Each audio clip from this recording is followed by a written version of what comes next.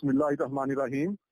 कल तकरीबन 2:30 बजे दिन को नदीम सलीम नाम का ज्वेलर है, वो अपने घर से तकरीबन 2 किलो सोना लेके अपनी दुकान पे जा रहा था।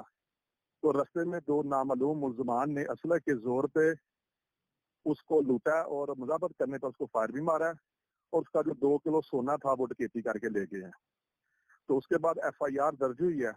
तो FIR दर्ज होने के बाद हमने एक टीम तश्कील दी है और हमने जदीद टेक्नोलॉजी की मदद से तकरीबन 2 घंटों के अंदर अंदर दोनों मुल्ज़िमान को गिरफ्तार कर लिया और मुल्ज़िमान के कब्जे से 2 किलो सोना जिसकी मालियत तकरीबन 2.5 करोड़ बनती है वो भी रिकवर किया है और मुल्ज़िमान से जो असला 2 पिस्टल हैं वो भी बरामद किए हैं। अब मुल्ज़िमान की मजीद इंटेरोगेशन की जा रही है और मुल्ज़िमान को मजीद इनसे रिकवरी की तवक्को भी है और मुल्ज़िमान को जल्द चलान करके जेल भिजवाया जाएगा।